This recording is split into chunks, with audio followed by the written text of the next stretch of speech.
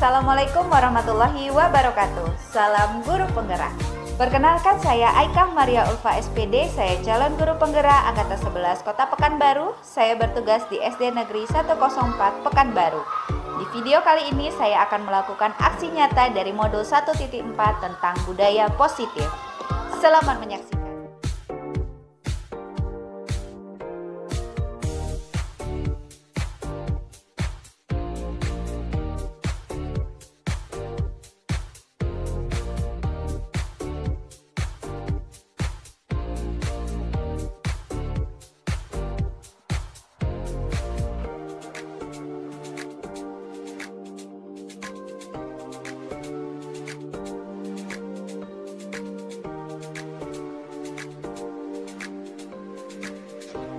Assalamualaikum warahmatullahi wabarakatuh. Nama saya Asyifa Suci Zahira dari kelas 4A.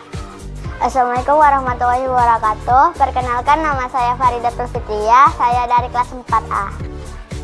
Assalamualaikum warahmatullahi wabarakatuh. Perkenalkan, nama saya Muhammad Gazi Al-Faruq dari kelas 4A. Assalamualaikum warahmatullahi wabarakatuh. Nama saya Abdul Wafi dari kelas 4A.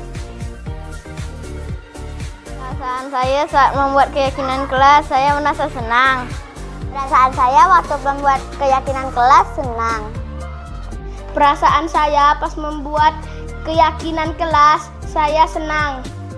Perasaan saya saat membuat keyakinan kelas senang. Membuat keyakinan kelas itu sangat penting.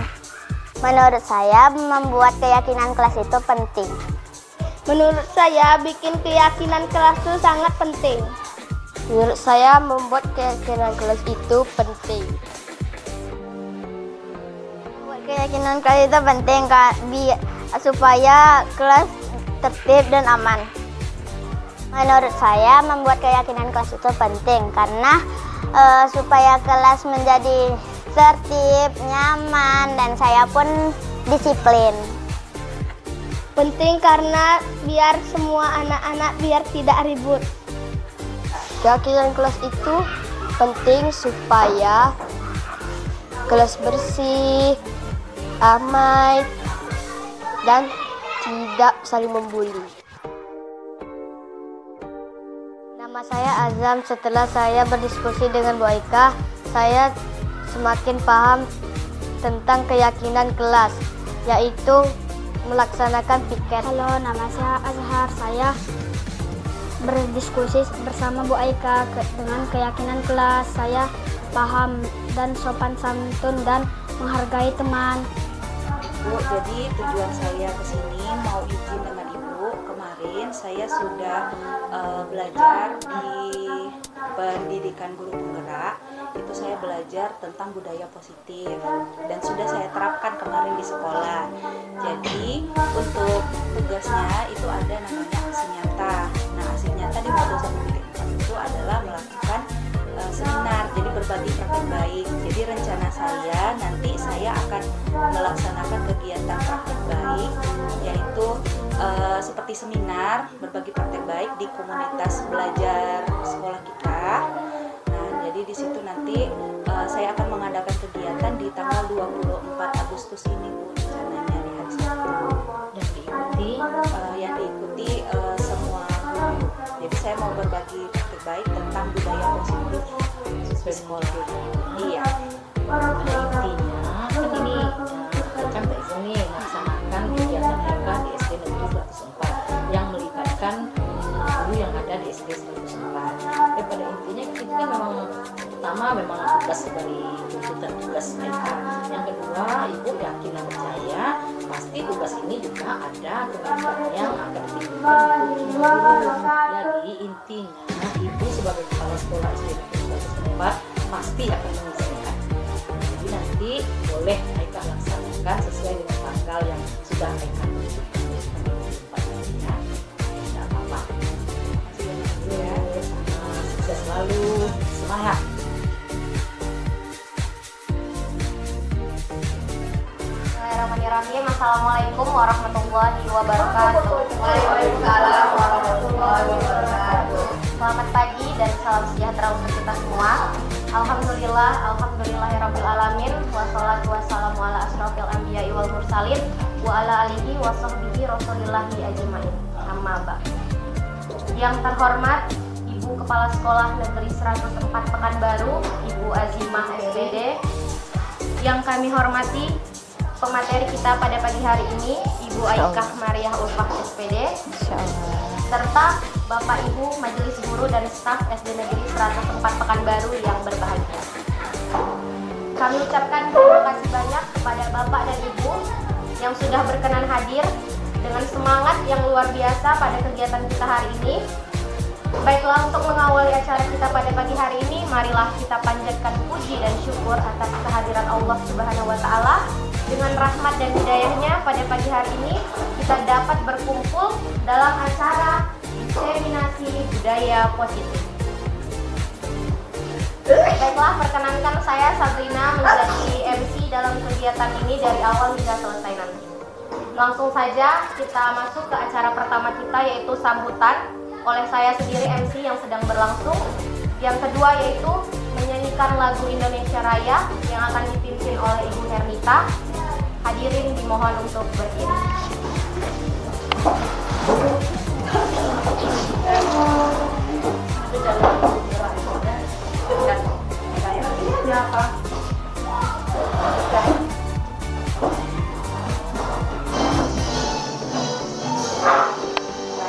Indonesia tanah airku, tanah padaku. Di sanalah aku berdiri, jadi pandu ibuku. Indonesia kebangsaanku, bangsa dan tanah airku. Marilah kita berseru, Indonesia bersatu. Hiduplah tanahku, hiduplah negeriku, bangsaku, rakyatku semuanya.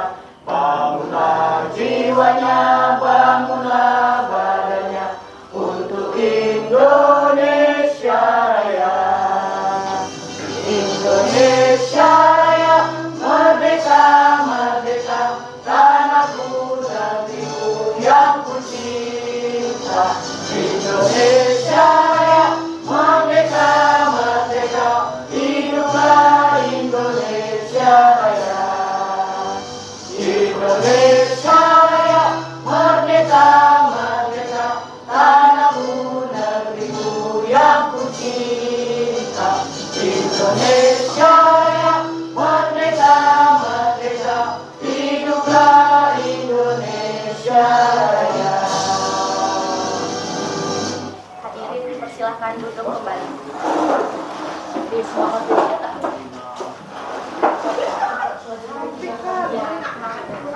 Baiklah, kegiatan selanjutnya yaitu agar kegiatan kita ini mendapat keberkahan dan ridho dari Allah Subhanahu wa Ta'ala, maka acara selanjutnya adalah doa yang akan disampaikan oleh Bapak Ali Syafrizal Siregar SPD. Dipersilahkan.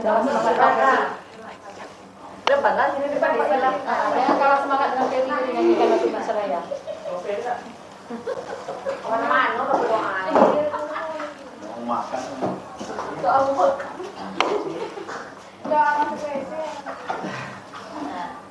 Bye-bye. Assalamualaikum warahmatullahi wabarakatuh. Waalaikumsalam warahmatullahi wabarakatuh.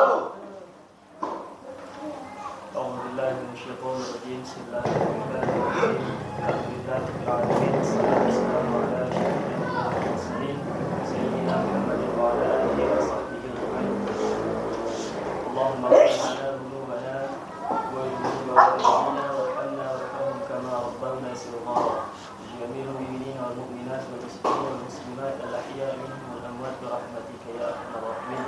اللهم طول وبارك أمورنا وصحح أجسادنا وثبت إيماننا وأحسن أعمالنا وفرجنا عن الشر وإنا في الدين والدنيا والآخرة. Ya Allah, kami, ampuni dosa-dosa kami, dosa guru kami, dosa orang tua kami, dosa kaum muslimin muslimat bi rahmatika ya arhamar rahimin.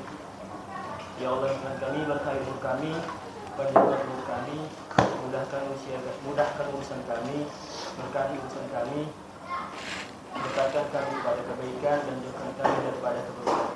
Rabbana atina fid dunya hasanah wa fil akhirati hasanah wa qina adzabannar. Sallallahu alaihi wasallam alaihi walhamdulillahi rabbil alamin.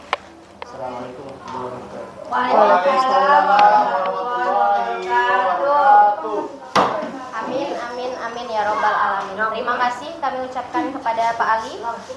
Acara selanjutnya yaitu adalah kata sambutan sekaligus pembukaan kegiatan kita pada hari ini kepada Ibu Kepala Sekolah Ibu Azima SPD. Kami persilakan.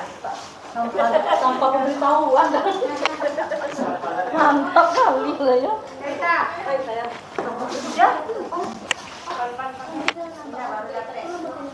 Bismillahirrahmanirrahim. Assalamualaikum warahmatullahi wabarakatuh. Waalaikumsalam warahmatullahi wabarakatuh. Selamat pagi, salam sejahtera untuk kita semua.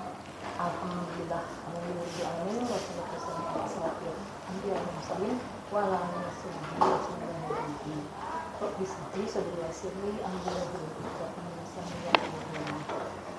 Pertama-tama marilah kita mengucapkan puji syukur kepada Allah Subhanahu wa taala yang mana pada pagi berangkat siang hari ini kita masih diberi kesempatan sehingga kita masih bisa hadir di SD Negeri 104 yang sama-sama kita cintai dalam rangka acara diseminasi budaya positif yang ditaja atau yang dibuat sendiri oleh Ibu Aisyah nanti sebagai narasumber utamanya. Ya, selawat dan salam tak lupa pula kita lihatkan buat Nabi junjungan alam yaitu Nabi Muhammad SAW. Dengan lepas Allahumma sholli ala sayyidina Muhammad wa ala ali sayyidina Muhammad. Ibu Aikah selaku narasumber yang kami hormati serta bapak-bapak, ibu-ibu, majelis guru beserta staf karyawan SD Negeri 104 yang saya hormati. Pada hari ini kita sangat beruntung.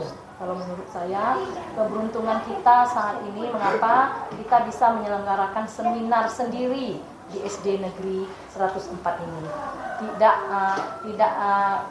Kita lihat ya Bu, tidak semua sekolah bisa menyelenggarakan hal yang seperti ini. Kita kasihkan aplaus yang besar buat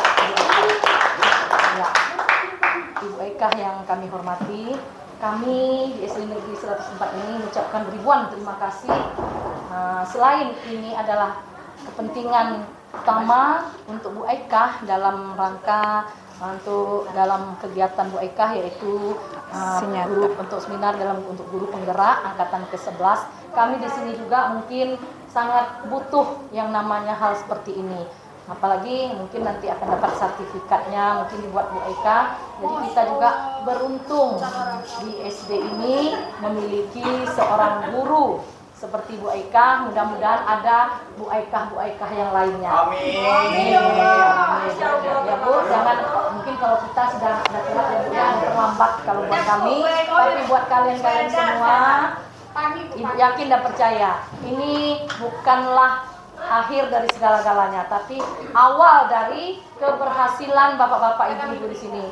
Karena selain kami bertiga atau berempat, selebihnya semua masih muda. Saya yakin dan percaya kalian butuh hal seperti ini. Karir seperti ini kalian tingkatkan. Makanya saya bilang, timbulkanlah aikah-aikah yang berikutnya. Karena ini titipan Bu, Bapak ya, titipan dari pengawas, dari dinas. Itu memang kalau mau kita berhasil ya seperti ini Bu, Pak. Sekolah kita yang dulunya mungkin tidak dipandang karena kebetulan berada pun di pelosok Bu, mungkin di pinggiran kota. Sekarang kita sudah mulai dilirik orang, sudah mulai dilihat orang dengan keberhasilan kita di sini. Apalagi sebentar lagi semua guru yang ada di sini sudah memiliki sertifikat pendidik. Sertifikat pendidik. Jadi semuanya sudah dapat ya. Nah, jadi berarti sekolah itu unggul Bu, sekolah yang terbagus. Mudah-mudahan kepada Pak Bukon raport pendidikan kita mungkin semakin bagus bisa ya Pak. Kita tingkatkan lagi Semoga kita dapat nama yang terbaik di kota. Jadi pada kesempatan ini saya mengajak bapak-bapak, ibu-ibu muda, ayo jangan hanya duduk sebagai penonton, tetapi bergeraklah bersama dengan Bu Aika. Ya, kalau Bu Aika sudah mulai melangkah, saya yakin dan percaya yang lainnya nanti akan bisa ikut dengan sendirinya. Jadi kegiatan ini pribadi saya memang punya punya peluang yang besar untuk sekolah dan Bu Aika. Jadi saya itu, dukungan saya itu selama ini tinggi sekali karena saya ingin bangkitlah Bu, jangan kita tidur terus ya. Timbullah semangat dengan keinginan kita sendiri, karena hal-hal seperti ini tidak bisa dipaksakan. Seperti kami dari dulu tidak mau memaksakan kehendak, akhirnya kita berempat ya seperti ini aja. Jadi rugi Bu, ibu-ibu rugi yang punya bakat, yang punya semangat, yang punya jiwa muda, karena yang muda berkarya. Itu adalah simbol yang selama ini diangkat dalam jenis apapun kegiatan. Jadi saya pribadi atas nama kepala sekolah dan warga SD Negeri 104 mendukung 100% untuk kegiatan ini. Sekali lagi ucapan terima kasih buat Bu Aika. Semoga sukses selalu, jalani hari-hari ini dengan penuh kesabaran. Masa depan yang cerah sudah berada di depan mata, jangan dibiarkan. Ya, sekali lagi terima kasih kami ucapkan buat Bu Aika, selamat dan terus berjuang. Sama-sama kita upload sekali lagi ucapan terima kasih. Ya, Bu Aika, mungkin rasa Ibu ini ada yang dapat disampaikan, selebihnya Ibu serahkan kepada Aika. Lanjutkan, siapkan seminar ini dengan baik. Terima kasih. Assalamualaikum warahmatullahi wabarakatuh. Waalaikumsalam warahmatullahi wabarakatuh. Baiklah, terima kasih kepada Ibu Azimah. Dengan dibukanya acara kita pada hari ini, maka langsung saja kita masuk ke acara inti kita. Sebelumnya, izinkanlah saya untuk memulai acara kita ini dengan pantun. Masya Allah. Masuk jalan-jalan ke pusat kota. Di pusat kota ketemu petani. Tidak sabar mendengar materi keren kita. Kita mulai acara ini. Baik kepada Ibu Aika, Maria Luhani. Iya, terima kasih. Assalamualaikum warahmatullahi wabarakatuh. Ya, Bapak dan Ibu, ini alhamdulillah hari ini kita bisa berkumpul di sini. Ini mungkin kegiatan di sini judulnya itu kegiatan aksi nyata saya. Ini diseminasi tentang budaya positif, tapi ini juga sekalian pembuka dari kegiatan komunitas belajar kita. Yang mana komunitas belajar kita tahun ini belum ada kegiatannya lagi ya Bapak dan Ibu. Jadi ini mungkin pembukaannya, selanjutnya nanti saya harapkan Bapak dan Ibu ada yang bisa menjadi narasumbernya juga berikutnya ya. Nah jadi iya Insya Allah. Nah jadi hari ini saya akan melakukan diseminasi. Diseminasi ini bukan berarti saya mengajarkan, tapi di sini saya berbagi. Saya bukanlah orang yang ahli, tapi saya baru saja belajar dan saya ingin membagikannya kepada Bapak dan Ibu. Jadi di sini kita sifatnya sharing pendapat Bapak Ibu. Mungkin Bapak Ibu lebih paham daripada saya, tapi di sini saya berbagi apa yang baru saya dapatkan dari pendidikan guru penggerak saya. Nah, jadi tadi temanya itu adalah tentang budaya positif. Oke, budaya positif. Kalau misalnya kita bicara soal budaya positif, budaya dulu. Kira-kira menurut Bapak dan Ibu, budaya itu apa sih yang disebut sebagai budaya? Budaya. Budaya itu apa? Misalnya, contohnya, boleh pengertiannya? Adat istiadat, kebiasaan, tradisi, ragam bahasa, ragam budaya, tradisi turun temurun. Iya, tradisi turun temurun. Jadi kalau budaya, jadi Bu Epa udah dapat dari Google-nya tadi?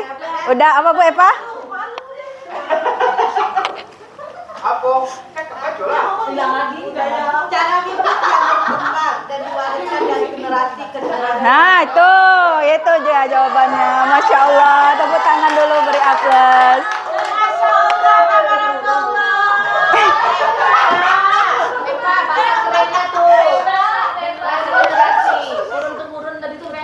Iya. Nah, jadi Bapak Ibu, jadi kalau kita bicara soal budaya, itu adalah sesuatu yang selalu dilakukan. Bahkan dia bisa jadi turun-temurun, jadi kebiasaan dari seseorang atau kelompok. Nah, budaya positif itu sama, berarti budaya yang baik, kebiasaan baik yang menjadi budaya. Nah, seperti itu. Jadi, apa saja kira-kira konsep yang akan saya sampaikan? Agak lambat dia. Nah, konsep inti dari budaya positif yang akan saya sampaikan di sini ada 6. Yang pertama tentang disiplin positif dan nilai-nilai kebajikan universal. Yang kedua, motivasi perilaku manusia. Yang ketiga, keyakinan sekolah atau kelas. Lalu ada kebutuhan dasar manusia, posisi kontrol restitusi, dan segitiga restitusi. Itu adalah konsep inti yang akan saya sampaikan perihal budaya positif. Nah, kita masuk kepada yang pertama, disiplin positif. Oke ya. Nah, disiplin positif. Kira-kira apa itu disiplin positif? Kalau disiplin dulu Bapak Ibu. Disiplin itu apa?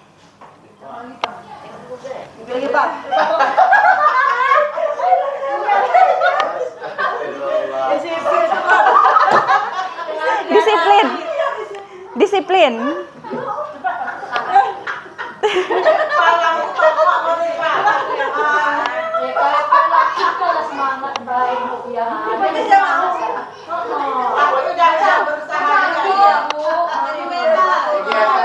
Ya, baca Bu Eva. Menumbuhkan disiplin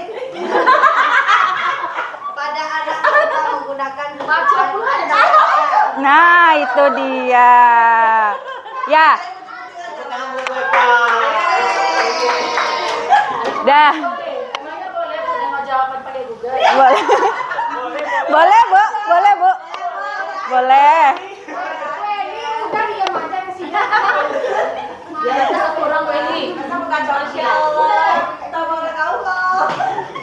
Oke, kita lanjut ya Ibu-ibu ya.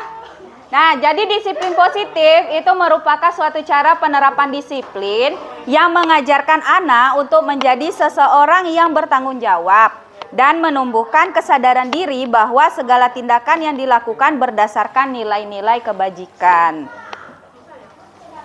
Nah, mengapa harus ada disiplin positif? Ya, mengapa harus ada disiplin positif? Ini mengacu kepada tujuan dari disiplin positif itu sendiri. Jadi tujuan dari disiplin positif itu adalah untuk menanamkan motivasi dalam diri anak bahwa mereka akan selalu berperilaku baik berdasarkan nilai-nilai kebajikan. Karena mereka ingin menjadi orang yang menjunjung tinggi nilai-nilai yang mereka hargai tanpa harus adanya hukuman ataupun hadiah. Jadi kalau dibilang kita mendisiplinkan, biasanya kita mendisiplinkan seseorang atau anak itu biasanya pakai hukuman. Kita ada hukuman, ada reward atau hadiah atau penghargaan. Nah jadi, oke nih ya. Nah jadi dalam disiplin positif itu kita tidak perlu memberikan hukuman ataupun kita tidak perlu memberikan hadiah. Jadi dalam disiplin positif itu kita menanamkan bagaimana supaya anak atau murid kita itu memiliki kesadaran sendiri dan mereka percaya bahwa hal yang baik itu atau nilai-nilai kebajikan itu penting bagi diri mereka sendiri. Seperti itu. Oke, kita lanjut. Nah, ini lagi Bu Eva saya tanya. Nilai-nilai kebajikan universal. Tadi saya sudah bahas sedikit di disiplin tadi, di situ ada nilai-nilai kebajikan. Kira-kira nilai-nilai kebajikan. Kalau universal itu umum, menyeluruh, umum, secara umum. Kalau oke ya. Lagi lomba tuh Bu Eva.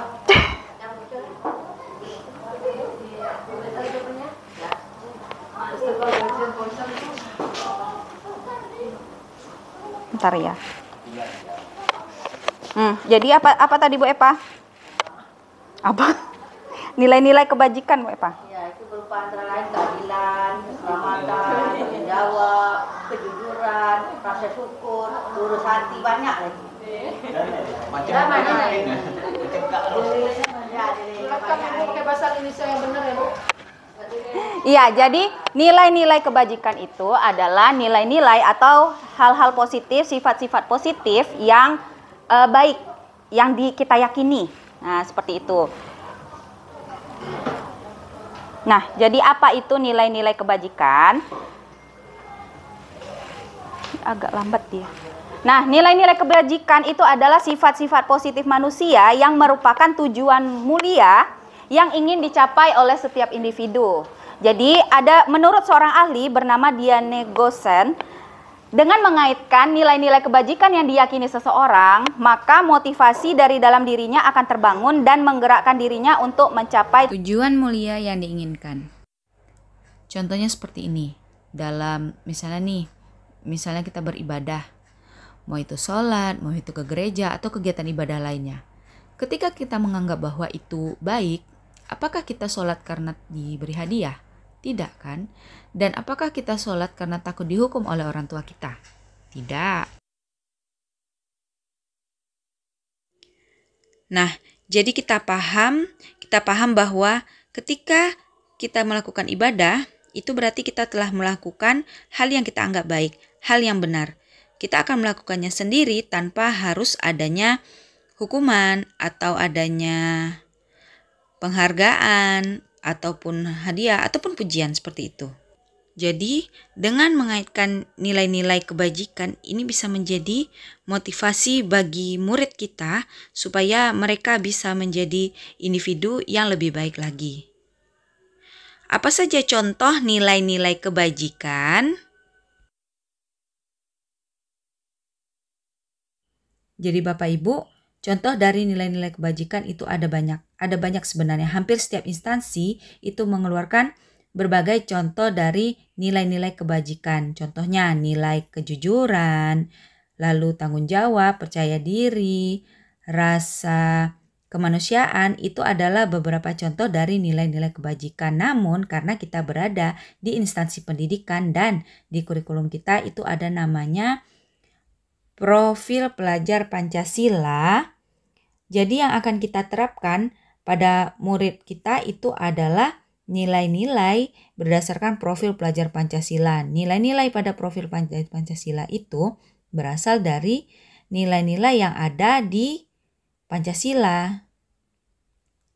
Nah, Bapak Ibu, hafal tidak profil pelajar Pancasila? Nah, kita akan menyanyikan lagu Profil Pelajar Pancasila.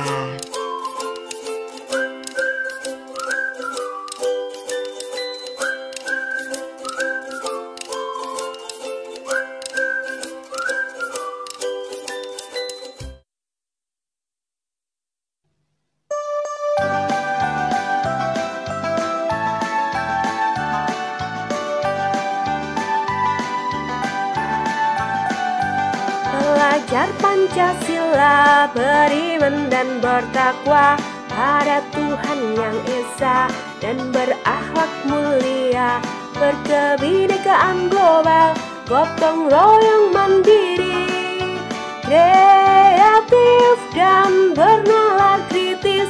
Belajar Pancasila, beriman dan bertakwa pada Tuhan yang Esa dan berakhlak mulia, berkebinekaan global, gotong royong mandiri, kreatif dan bernalar kritis.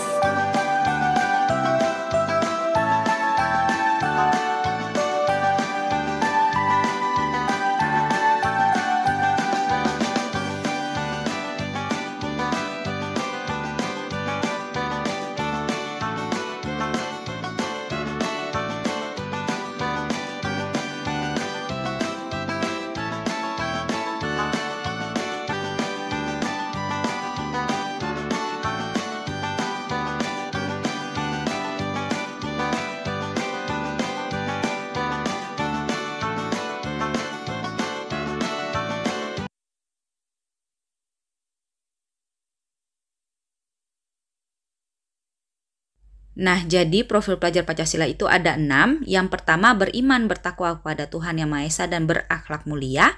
Yang kedua, berkebinekaan global, bergotong royong, mandiri, kreatif, dan bernalar kritis.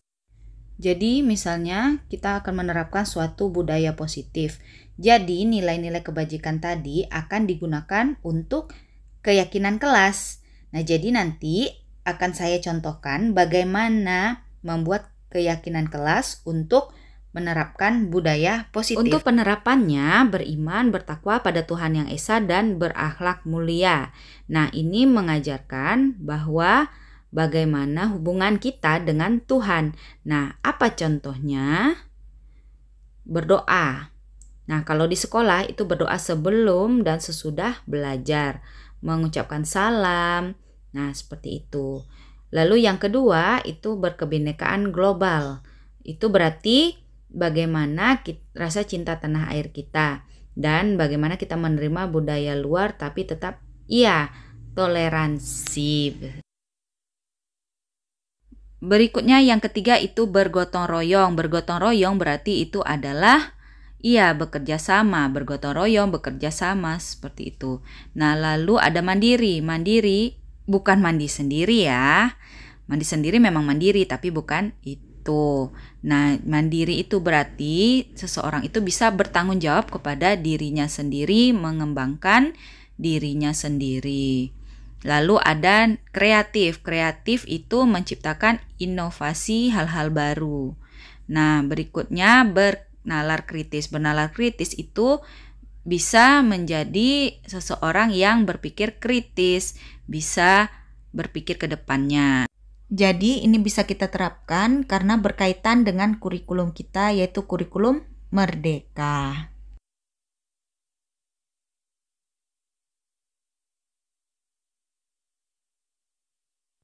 Jadi berikutnya motivasi perilaku manusia. Motivasi perilaku manusia. Jadi nilai-nilai kebajikan pada profil pelajar Pancasila itu tadi bisa kita jadikan sebagai motivasi bagi murid kita. Motivasi itu adalah tujuan. Jadi ketika seseorang memiliki motivasi, berarti ia memiliki tujuan yang ingin dicapai. Motivasi perilaku manusia itu ada 3, Bapak Ibu. Ada 3 motivasi perilaku manusia. Alasan seseorang untuk melakukan sesuatu. Yang pertama itu untuk menghindari ketidaknyamanan hukuman. Yang kedua untuk mendapatkan imbalan atau penghargaan dari orang lain. Yang ketiga untuk menjadi orang yang mereka inginkan dan menghargai diri sendiri dengan nilai-nilai yang mereka percaya atau nama lainnya restitusi. Jadi ada hukuman, penghargaan, dan restitusi. Bapak dan Ibu, untuk yang pertama yaitu hukuman. Hukuman memberikan rasa ketidaknyamanan karena menyebabkan seseorang takut. Kalau di sekolah misalnya nih, kenapa kita datang tepat waktu? Karena mungkin menghindari ketidaknyamanan karena adanya rasa takut pada hukuman. Misalnya nih Bu Eva, ada muridnya yang datang terlambat. Kalau kamu datang terlambat besok, ibu hukum kamu berdiri di luar sampai jam pelajaran selesai. Besoknya, keesokan harinya, dia datang tepat waktu. Kenapa? Karena takut kena hukum. Nah, jadi efeknya baik pada saat itu, baik. Karena dia tidak pernah datang terlambat. Dia selalu datang tepat waktu. Tapi, apa dampak ke depannya? Setelah anak itu tidak belajar dengan Bu Eva lagi, atau Bu Eva pada saat itu tidak datang, dia datang terlambat. Nilai-nilai itu akan hilang. Atau misalnya, dia naik kelas dan gurunya tidak menerapkan hal yang sama dengan Bu Eva, maka hilang. Karena tidak ada hukuman lagi. Atau contoh misalnya, muridnya Bu Eli yang disiplin karena takut kena tegur atau takut kena hukuman. Kemudian naik kelas, apakah dia akan menerapkan disiplin seperti yang tadi? Belum tentu, tergantung gurunya. Satu lagi, kalau kita menerapkan pola hukuman, itu memberikan efek ketidaknyamanan pada diri anak atau murid. Jadi, efeknya baik pada saat ini belum tentu baik pada masa yang akan datang. Lalu yang kedua, untuk mendapatkan imbalan atau penghargaan dari orang lain. Jadi, suatu yang penghargaan misalnya, penghargaan, hadiah, reward, pujian, ternyata jika berlebihan, itu akan memberikan efek yang buruk. Ternyata tidak baik. Tidak semua penghargaan itu baik sifatnya. Ketika kita memberikan pujian, terlalu sering memberikan pujian, maka pujian kita tidak akan berharga lagi. Misalnya nih, kita puji dari si A sampai si Z. Kita puji kamu pintar, kamu hebat, kamu rajin, kamu ini. Maka akan memberikan efek. Pujian kita tidak akan berharga lagi. Begitu juga dengan hadiah. Misalnya, nih kita bilang siapa yang datang tepat waktu, dia akan ibu kasih hadiah. Mulai semua datang tepat waktu, tidak ada yang datang terlambat. Tapi ketika sudah semuanya datang tepat waktu dan bahkan lebih cepat, tentu tidak mungkin dikasih hadiah semua kan? Dan akhirnya kita memutuskan untuk tidak lagi memberikan hadiah dan murid kita pun bertanya, "Bu, mana hadiahnya?" Dan kita tidak memberikannya lagi. Akhirnya apa? Mereka bisa saja datang terlambat lagi karena terbiasa dikasih hadiah. Atau anak yang tadi naik kelas, gurunya berbeda. Males sama ibu guru yang itu kemarin dapat hadiah. Sama ibu yang ini tidak. Ngapain datang cepat? Jadi, nilai-nilai yang sudah kita tanam akan hilang begitu saja karena tidak adanya hadiah lagi. Lalu penghargaan atau hadiah atau reward ataupun pujian itu memberikan efek negatif. Apa efek negatifnya? Efek negatifnya adalah bagi yang mendapatkannya itu akan sombong. Aku dapatkan hadiah. Sedangkan untuk yang tidak itu akan merasa rendah hati atau mungkin bahkan membenci teman yang mendapatkan hadiah. Dia dapat, aku kok tidak. Seperti itu. Nah, jadi penghargaan atau reward itu memiliki efek negatif jika berlebihan. Jadi jangan berlebihan. Nah, jadi ada motivasi yang ketiga nih Bapak Ibu. Jadi motivasi yang ketiga itu disebut restitusi. Maksudnya yaitu untuk menjadi orang yang mereka inginkan dan menghargai diri sendiri dengan nilai-nilai yang mereka percaya. Nah, jadi misalnya kita datang tepat waktu. Nah, siapa di sini yang suka datang tepat waktu? Bu Eva. Iya, Bu Eva. Bu Eva datang terlambat. Datang cepat. Nah, kira-kira Bu Eva kenapa Bu Eva datang cepat?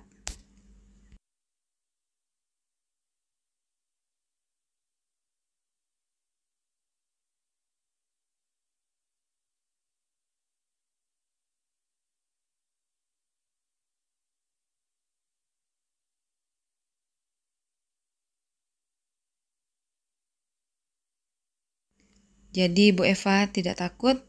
Bu Eva tidak takut akan ditegur oleh ibu kepala sekolah? Atau ibu kepala sekolah akan memberikan hadiah kalau Bu Eva datang cepat?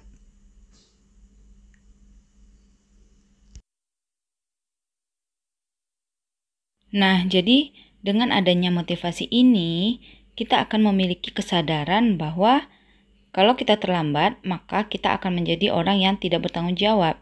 Saya punya tanggung jawab di sekolah, sehingga harus datang cepat. Seperti itu. Jadi kita meyakini bahwa ketika kita datang cepat, kita sudah melaksanakan kewajiban kita. Seperti itu. Jadi, maksud dari motivasi yang ketiga ini, jika kita sudah meyakini bahwa itu benar, maka kita akan melakukannya tanpa harus ada hukuman atau penghargaan.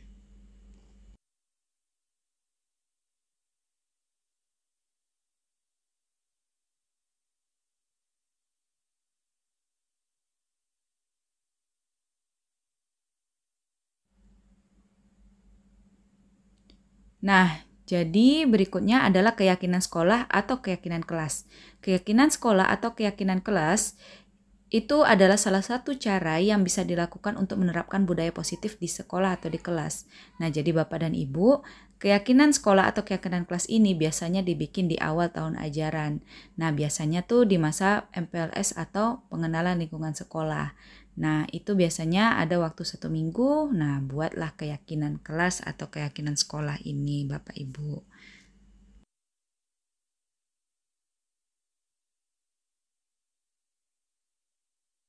keyakinan sekolah atau keyakinan kelas. Dalam hal ini, guru berperan dalam mewujudkan terbentuknya keyakinan sekolah atau keyakinan kelas dengan adanya kesepakatan antara guru dan murid.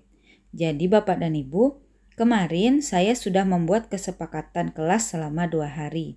Keyakinan kelas itu dibuat berdasarkan kesepakatan kelas. Perlu diingat bahwa keyakinan kelas dibuat berdasarkan kesepakatan antara guru dan juga murid. Jangan kita, kalau kita yang membuat itu bukan kesepakatan namanya, tapi peraturan. Peraturan berbeda dengan keyakinan kelas. Kalau peraturan tidak perlu kesepakatan, sementara kalau keyakinan kelas itu perlu adanya kesepakatan guru dan juga muridnya. Kalau bisa, murid sendirilah yang harus menentukan keyakinan kelasnya. Jangan kita, baru kemudian disepakati. Mengapa?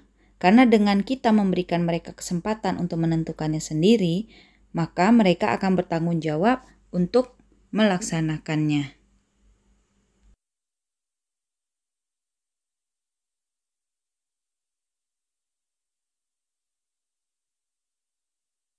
Nah, jadi keyakinan sekolah atau kelas berupa pernyataan-pernyataan universal yang mudah diingat dan dipahami dan harus diterapkan di lingkungan sekolah. Contoh misalnya, kita ingin murid kita untuk menjaga kebersihan. Jadi, pernyataan universalnya itu bukan melaksanakan piket kelas, bukan seperti itu, tapi menjaga kebersihan kelas. Jadi itu sudah termasuk piket, membuang sampah pada tempatnya, menjaga laci meja tetap bersih, dan membersihkan papan tulis. Itu sudah termasuk menjaga kebersihan kelas. Nah, jadi kalimat pernyataannya itu bersifat umum atau universal.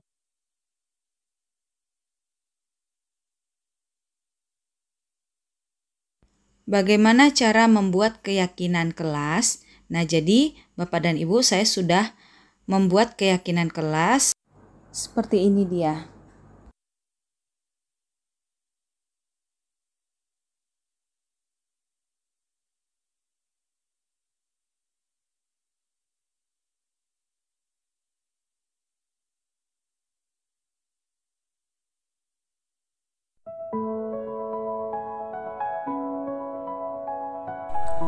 Assalamualaikum warahmatullahi wabarakatuh.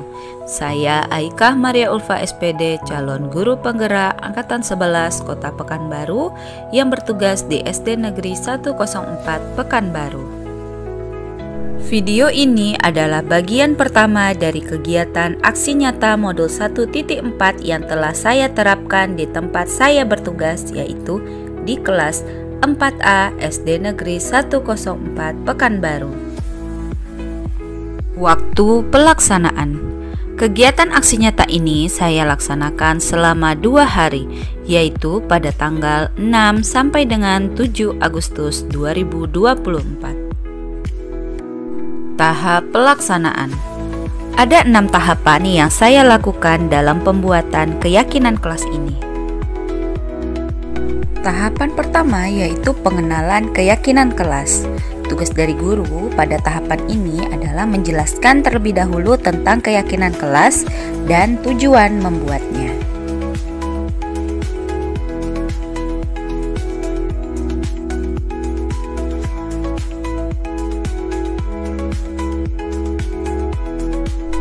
Tahapan berikutnya adalah menuliskan keyakinan kelas. Pada tahapan ini saya meminta murid saya untuk menulis keyakinannya pada selembar kertas. Dalam hal ini saya menggunakan sticky note atau post-it. Keyakinan ini berisi keinginan untuk diwujudkan selama proses pembelajaran 1 semester ke depan. Dengan demikian, murid saya bisa lebih termotivasi untuk belajar.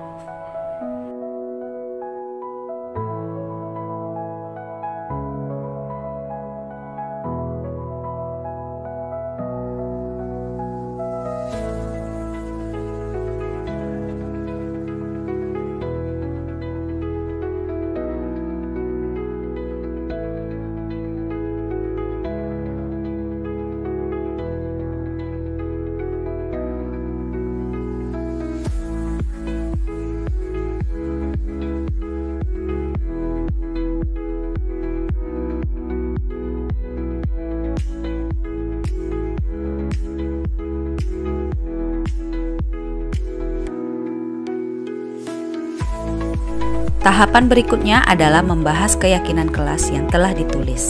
Setelah saya meminta murid saya untuk menuliskan keyakinan kelasnya pada sticky note atau post-it, saya meminta mereka menempelkan kertas-kertas tersebut di papan tulis untuk kemudian dibahas bersama-sama dengan seluruh murid yang ada di kelas untuk mencapai sebuah kesepakatan.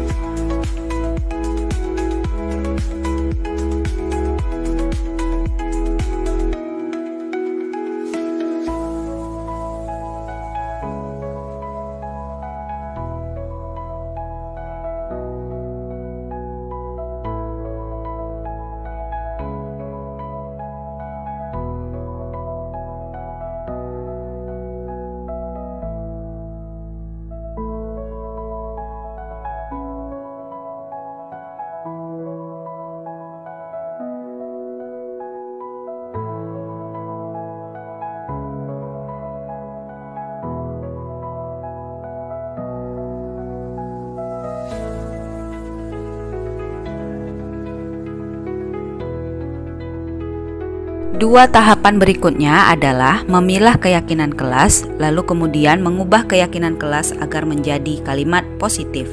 Pada tahapan yang pertama, yaitu memilah keyakinan kelas, sesudah dibahas, saya bersama murid-murid saya memilah keyakinan kelas yang paling penting.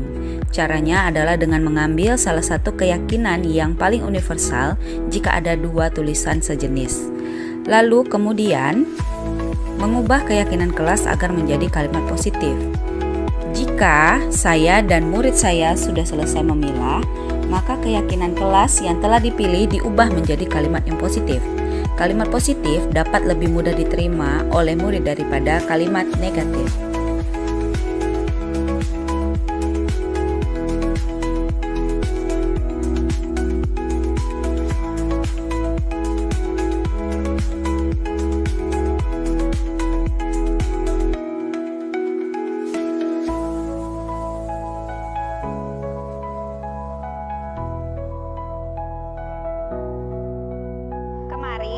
Tahapan terakhir adalah menyepakati keyakinan kelas.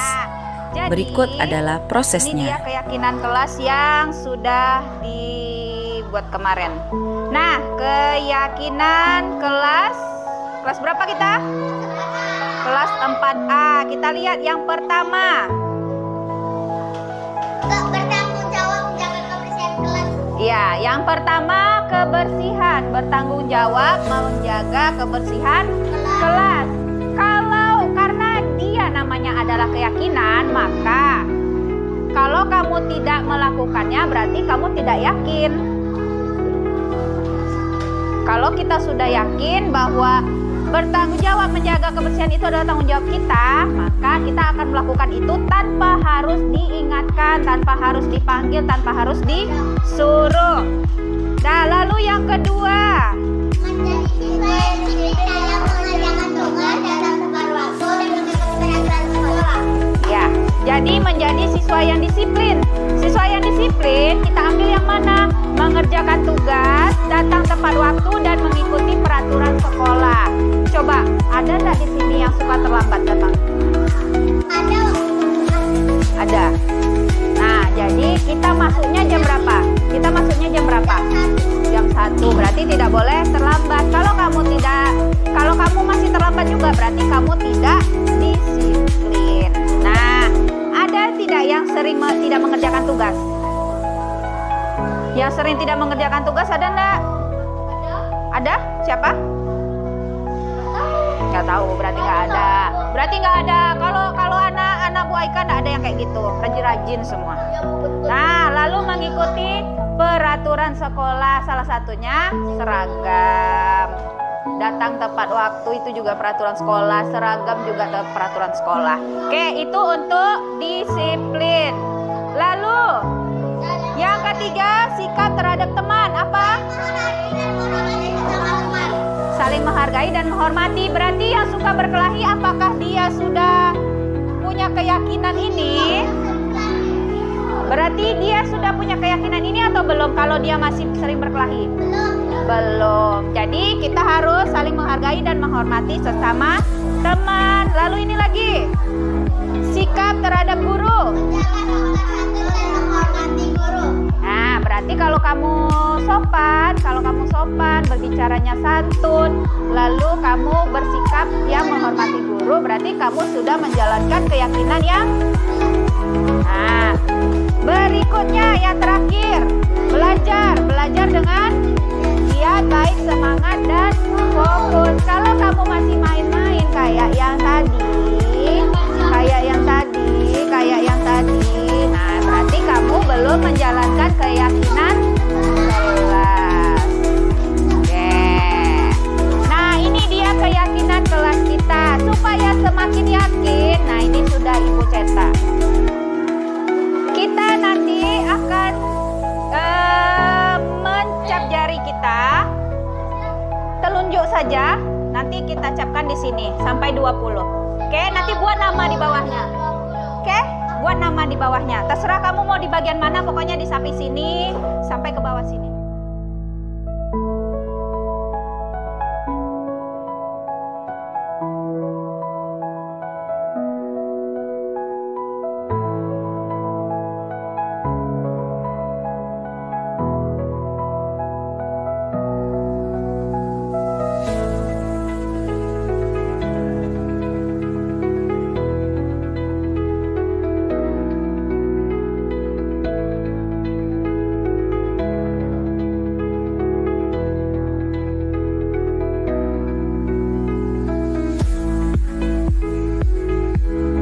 Hasil dari kegiatan aksi nyata ini adalah terbentuknya keyakinan kelas, yaitu sebanyak 5 butir keyakinan.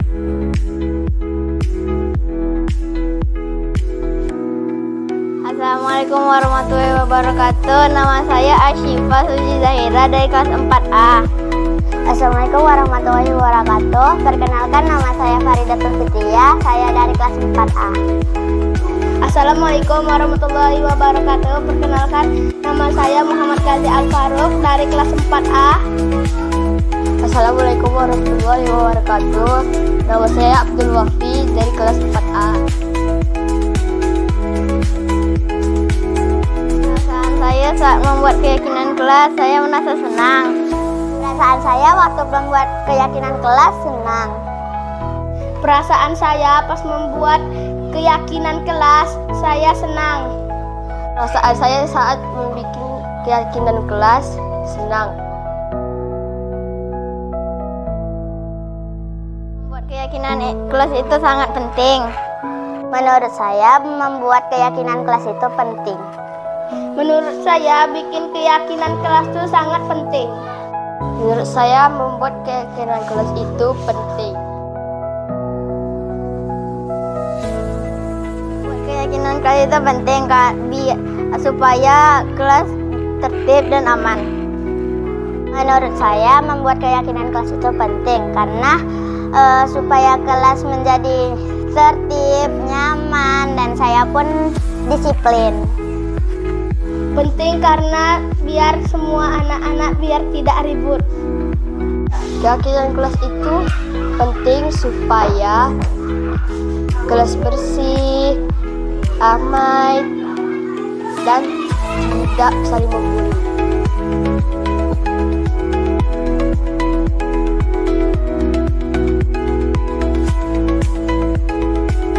Nah, Bapak dan Ibu, supaya semakin semangat Bapak dan Ibu, mari kita berdiri dulu Bapak dan Ibu. Kita akan melakukan ice breaking ya. Jadi mohon diikuti bersama supaya kita semakin semangat ya Bapak dan Ibu ya.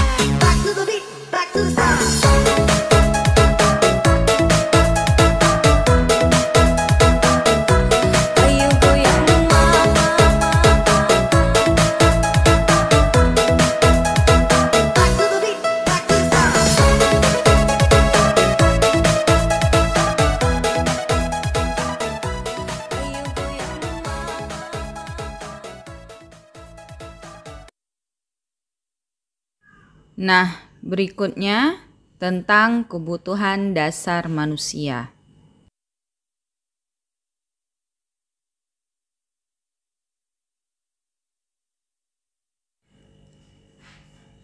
Berikutnya kebutuhan dasar manusia. Kalau kita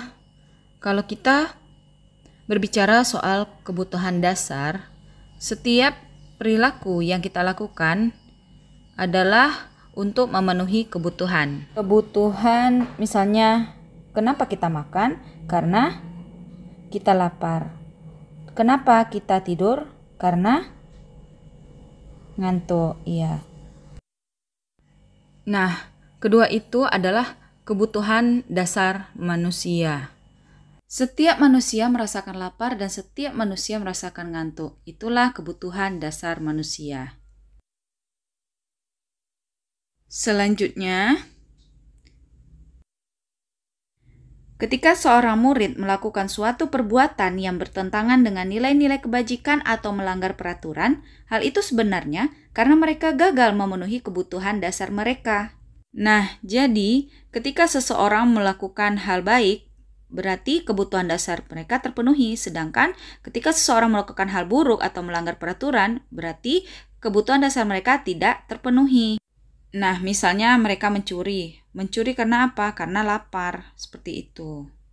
Lanjut, apa sajakah kebutuhan dasar manusia? Ada 5 Bapak dan Ibu, ada 5 kebutuhan dasar manusia. Yang pertama, kebutuhan bertahan hidup. Yang kedua, kasih sayang dan rasa diterima. Penguasaan, kebebasan, dan kesenangan. Bertahan hidup adalah kebutuhan paling dasar dari manusia atau kebutuhan biologis. Sedangkan kebutuhan rasa diterima, penguasaan, kebebasan, dan kesenangan itu adalah kebutuhan dari dalam atau psikologis. Supaya lebih paham, mari kita lihat studi kasus berikut ini.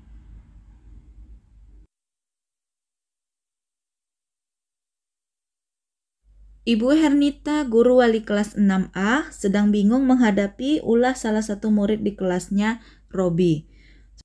Beberapa anak telah mengeluhkan Robi yang seringkali meminta bekal makan siang mereka dengan paksa. Jika Anda menghadapi situasi seperti Ibu Hernita, apa yang akan Anda lakukan? Menurut Anda, kira-kira apa alasan Robi melakukan itu?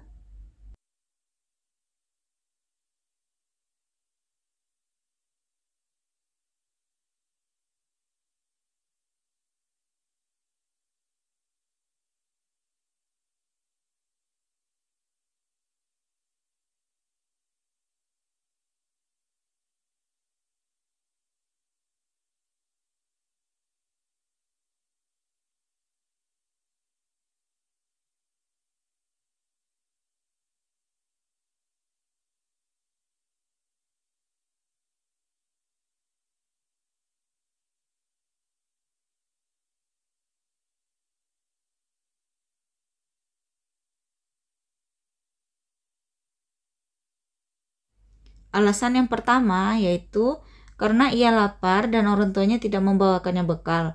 Maka kebutuhan dasar yang sedang berusaha dipenuhi oleh Robi adalah kebutuhan untuk apa? Jadi tadi itu ada kebutuhan untuk bertahan hidup. Iya, betul, itu dia. Kenapa? Karena orang tuanya tidak membawakan bekal. Ia melakukan itu untuk memenuhi kebutuhan hidupnya. Alasan Robi yang kedua, karena dia merasa senang temannya jadi memperhatikan dia. Ketika temannya melaporkan tindakannya itu kepada gurunya, dan gurunya memberitahu orang tuanya sehingga orang tuanya jadi memperhatikan dia, maka kebutuhan dasar yang sedang dipenuhi adalah kasih sayang, betul. Jadi kebutuhan dasar manusia itu ada kebutuhan bertahan hidup, kasih sayang, penguasaan, kebebasan, dan kesenangan. Itu adalah kebutuhan dasar. Ya, kita lanjut ke alasan Robi yang ketiga. Karena temannya jadi takut dengan dia dan menuruti keinginannya. Maka sebetulnya Robi sedang berusaha memenuhi kebutuhan dasarnya akan penguasaan. Betul ya. Karena teman-temannya Robi takut dengan dia, jadi dia berkuasa seperti itu. Alasan Robi yang keempat. Karena dia merasa bosan dengan bekal makanan yang dibawakan ibunya dari rumah. Karena ibunya selalu membawakan bekal yang sama. Oleh karena itu dia ingin mencoba makanan teman-temannya yang beraneka ragam. Maka Robi sedang berusaha memenuhi kebutuhannya akan ada tadi kebebasan dan kesenangan. Jadi yang mana dia? Ya berarti kebutuhan, iya kebutuhan kebebasan. Karena dia ingin mencoba makanan dari teman-temannya yang beragam. Alasan Robi yang kelima, karena ia melakukannya karena iseng saja dan ia menikmati ekspresi wajah teman-temannya yang kesal karena diambil makanannya. Dan menurut dia ekspresi teman-temannya itu lucu. Jadi kebutuhan dasarnya adalah kesenangan. Ya, seperti itu ya. Jadi apapun yang dilakukan oleh seseorang, mau yang baik ataupun yang buruk, itu pasti ada alasannya mengapa sampai mereka melakukannya. Maka ketika anak murid kita itu melakukan suatu pelanggaran, tanyakan dulu kira-kira apa yang mereka butuhkan, apa yang kurang, apa yang harus kita penuhi kebutuhan mereka, seperti itu.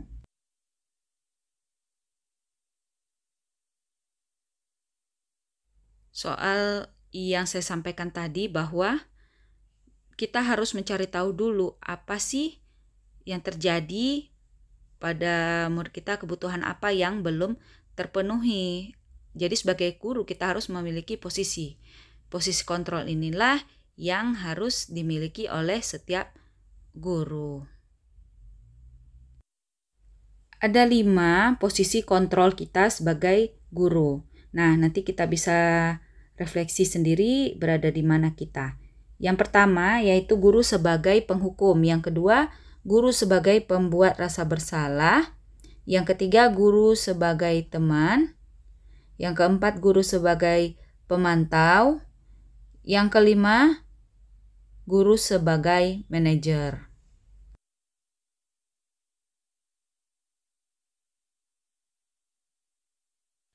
Nah, ini dia 5 posisi kontrol guru berdasarkan motivasinya. Yang pertama, penghukum dan pembuat rasa bersalah itu untuk menghindari hukuman.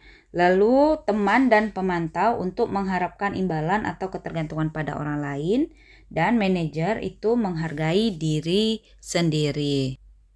Nah, yang pertama kita bahas yang penghukum terlebih dahulu. Guru akan menghardik, menunjuk-nunjuk, menyakiti, menyindir. Apa yang dikatakan guru? Kalau kamu tidak melakukannya, awas ya, rasakan ya. Kalau tidak mau melakukan ini, hukum kamu. Iya, itu.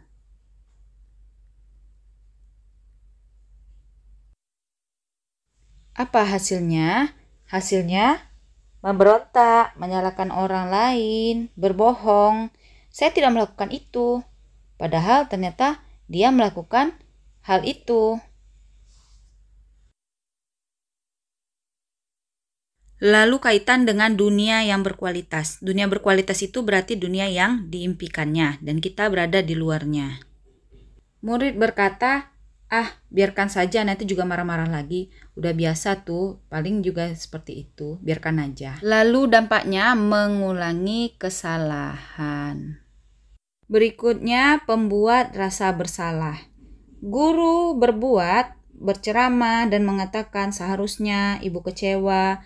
Guru berkata, kamu sudah tahu, ibu lelah sekali mengatakannya, ibu stres. Hasilnya, menyembunyikan, menyangkal, berbohong. Kaitan dengan dunia berkualitas, murid meletakkan guru dalam dunia berkualitas. Murid berkata, maafkan saya. dan dampaknya adalah merasa rendah diri. Pada posisi pembuat rasa bersalah ini, kita memposisikan anak di posisi yang paling merasa sangat bersalah. Nah, kamu tahu kan, ibu sudah melakukan ini yang terbaik untuk kamu. Kamu seharusnya menjadi anak yang baik. Kamu seharusnya mengerti ibu seperti itu. Lalu ada teman. Nah, kalau teman posisinya seperti apa? Guru berbuat memberikan alasan-alasan untuk muridnya. Guru berkata, ayolah lakukan demi ibu. Masa kamu tidak mau? Ingat, tidak ibu pernah bantu. Hasilnya ketergantungan.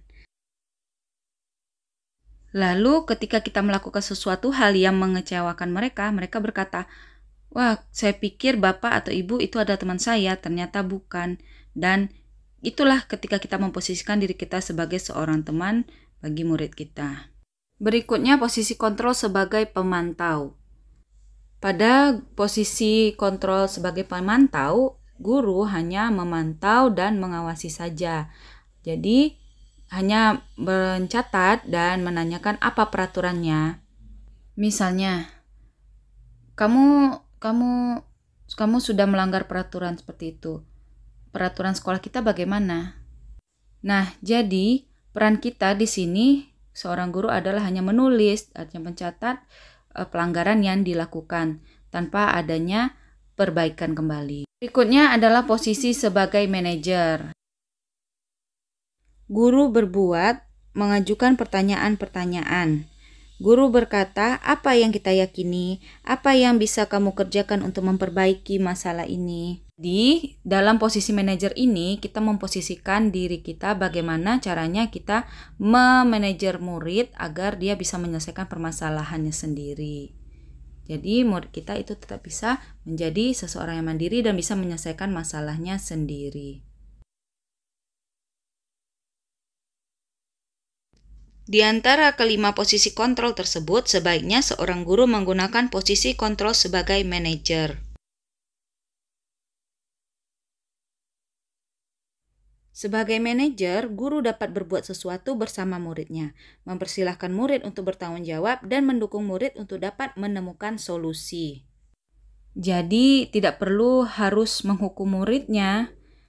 Dengan posisi sebagai manajer, itu kita mengarahkan murid kita bagaimana untuk menyelesaikan masalahnya sendiri dengan cara mereka sendiri.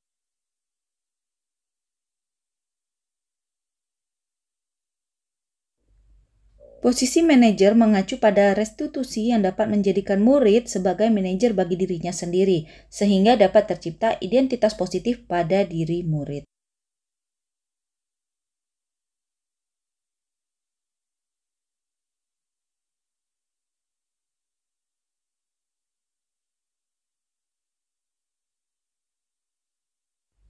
Jadi itu dia tadi posisi kontrol. Posisi kontrol itu berarti bagaimana kita memposisikan diri kita. Berikutnya adalah segitiga restitusi. Restitusi itu apa sih?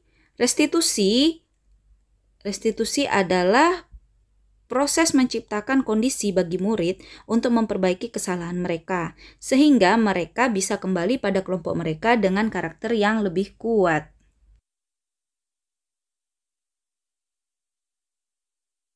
Apa itu segitiga restitusi?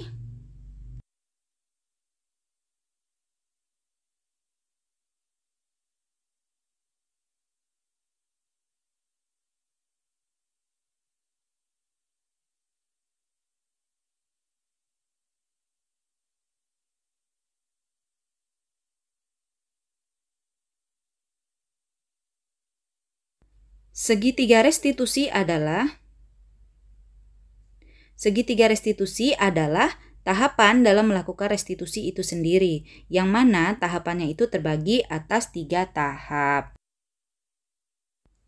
Tahapan segitiga restitusi itu berbentuk seperti segitiga karena dia mengulang terus.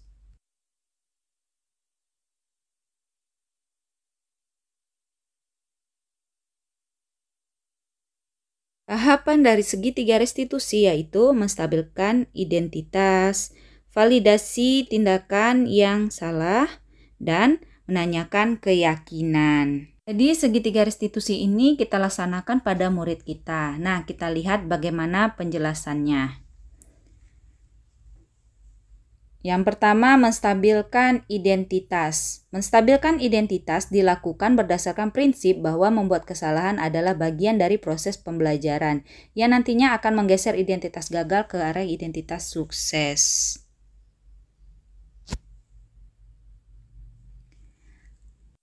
Kata yang bisa diucapkan, berbuat salah itu hal yang manusiawi, tidak ada manusia yang sempurna, kita pasti bisa menyelesaikan permasalahan ini. Bapak Ibu tidak tertarik untuk mencari tahu siapa yang benar, siapa yang salah. Bapak Ibu lebih tertarik untuk menyelesaikan masalah. Kalau kamu menyalahkan dirimu sendiri terus-menerus, apakah kamu bersikap baik pada dirimu sendiri?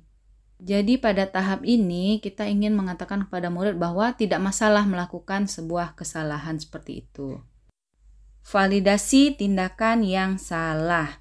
Validasi tindakan yang salah dilakukan berdasarkan prinsip bahwa setiap perilaku berupaya memenuhi suatu kebutuhan tertentu, sehingga guru atau orang tua akan bergeser dari pemikiran stimulus respon menjadi proaktif, serta akan lebih mengenali dan mengakui kebutuhan murid dan anak. Pada validasi tindakan yang salah ini, kita berupaya untuk mengarahkan murid agar mereka memahami bahwa apa yang mereka lakukan itu salah. Kata yang bisa diucapkan yaitu, kamu pasti punya alasan mengapa melakukannya. Apa yang penting bagi kamu? Kamu boleh tetap berusaha menjaga sikap itu, tapi tambahkan sikap yang lain yang baru. Maukah kamu belajar cara lain untuk mendapat yang kamu butuhkan tanpa harus memukul? Berikutnya, menanyakan keyakinan. Menanyakan keyakinan dilakukan dengan memberi pertanyaan-pertanyaan bermakna kepada murid atau anak untuk memunculkan motivasi secara intrinsik, sehingga mampu mengatakan keyakinannya dengan tindakan yang salah. Jadi Bapak dan Ibu, ketika anak atau murid kita itu melakukan kesalahan, kita bisa melakukan segitiga restitusi ini. Nah, segitiga restitusi ini dilakukan untuk mengatasi permasalahan-permasalahan yang ada pada murid. Kata yang bisa diucapkan, apa nilai yang kita percaya di sekolah kita, nilai-nilai apa yang telah kita sepakati, kelas yang ideal itu seperti apa sih? Kamu ingin menjadi anak yang seperti apa? Apa yang kamu rasakan ketika kamu melakukan itu? Kamu menjadi orang yang seperti apa?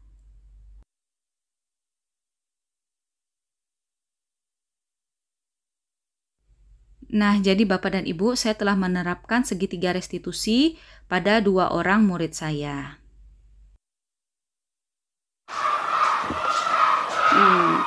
Halo Azhar. Azhar tahu tidak kenapa Azhar Ibu panggil ke sini? Enggak. Nah, jadi Azhar ingat enggak kemarin 2 hari Azhar Ibu tegur. Selalu Ibu tegur 3 kali. Kan Ibu bilang, batas Ibu menegur kamu adalah 3 kali 1 hari. Nah, kemarin 2 hari berturut-turut Azhar 3 kali Ibu tegur. Karena Azhar pertama ada mengganggu teman, ada jalan-jalan, ribut sampai keluar tanpa izin. Nah, kira-kira Azhar kenapa melakukan itu? Saya nggak mau diganggu teman lagi dan Karena diganggu. Oh, jadi kemarin diganggu. Siapa yang ganggu? nggak tahu. Zaki yang ganggu. Ya wajar sih kalau misalnya kita diganggu, pasti kita nggak senang kan. Kita diganggu, kita ganggu balik ya kan. Banyak yang kayak gitu tuh. Memang kadang kesel kita kayaknya karena kita diganggu. Kenapa sih kita diganggu? Lalu untungnya Azhar tidak berkelahi dengan Zaki kan, karena diganggu Zaki seperti itu atau diganggu teman lain. Untungnya nggak sampai berkelahi, cuman ikut-ikutan aja. Ya. Ya, jadi biasa tuh seperti itu. Nah, ini adalah tahap menstabilkan identitas. Nah, jadi pada tahap menstabilkan identitas ini, kita mengatakan bahwa tidak apa-apa kamu melakukan kesalahan. Melakukan kesalahan itu adalah hal yang wajar. Biasa itu ketika kamu melakukan sebuah kesalahan. Nah, jadi kita berupaya supaya anak menganggap bahwa melakukan kesalahan itu adalah hal yang wajar dan harus diperbaiki. Lalu yang kedua adalah validasi tindakan yang salah. Nah, jadi maunya Azhar supaya Azhar tidak mengganggu teman lain, supaya Azhar tidak ribut, tidak jalan-jalan, maunya Azhar seperti apa?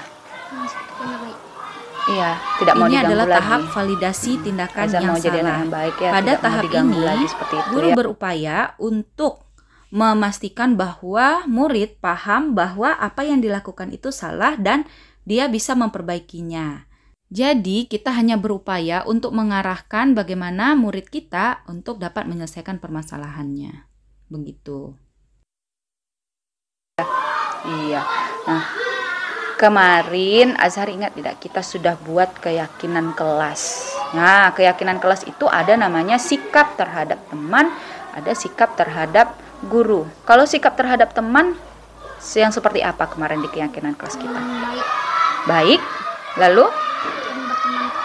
Iya, menghargai, berteman dengan baik, menghargai dan juga menghormati teman. Nah, lalu kalau sikap dengan guru seperti apa? Menjaga sopan dan santun. Kamu harus menjaga sopan dan santunnya. Nah, kalau misalnya kamu berjalan-jalan mengganggu teman yang lain, kira-kira sudah melakukan itu belum? Sudah melakukan keyakinan kelas kita belum? Belum. Nah, kalau seperti itu, supaya kamu melaksanakan keyakinan kelas itu, apa yang mau kamu lakukan? Menjadi anak yang baik. Masih mau mengganggu teman? Tidak? Oke. Nah, berarti kalau berikutnya Azhar bisa menjadi anak yang lebih baik lagi? Bisa menghormati dan menghargai teman? Menjaga sopan santun dengan guru? Bisa? Beneran? Oke, tos kita dulu. Oke, makasih ya. Nah, jadi ini pada video ini adalah langkah terakhir dari segitiga restitusi, yaitu menanyakan keyakinan.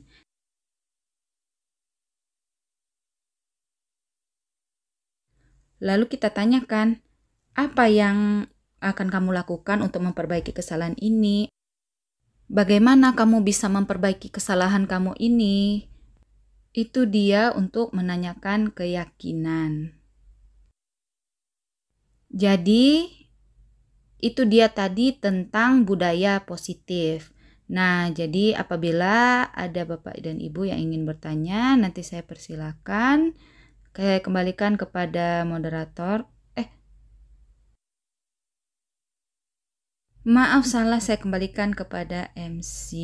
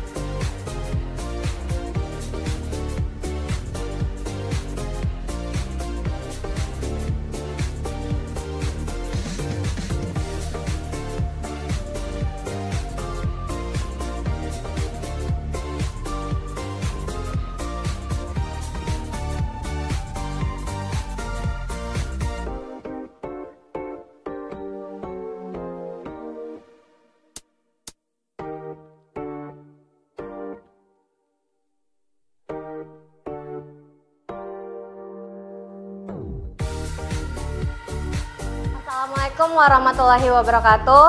Nama saya Amelia Villar.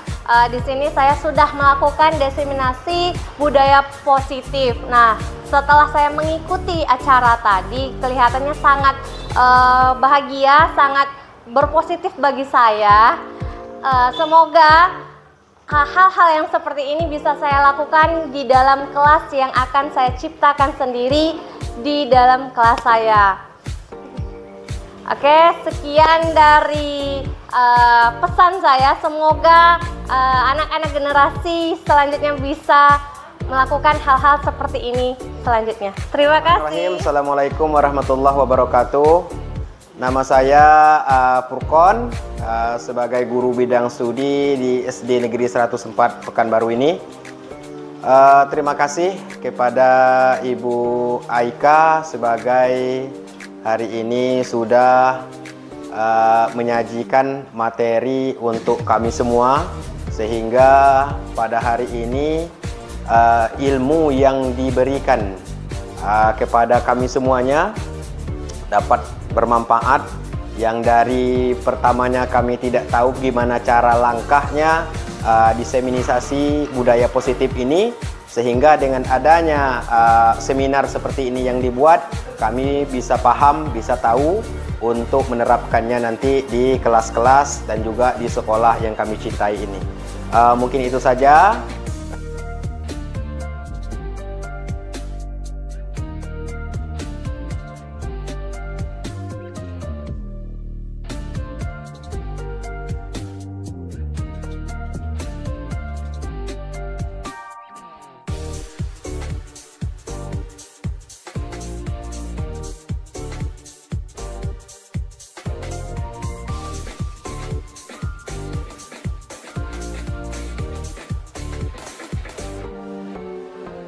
Demikian video kegiatan Asis Nyata saya kali ini, semoga dapat menginspirasi.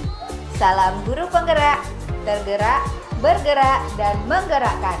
Wassalamualaikum warahmatullahi wabarakatuh.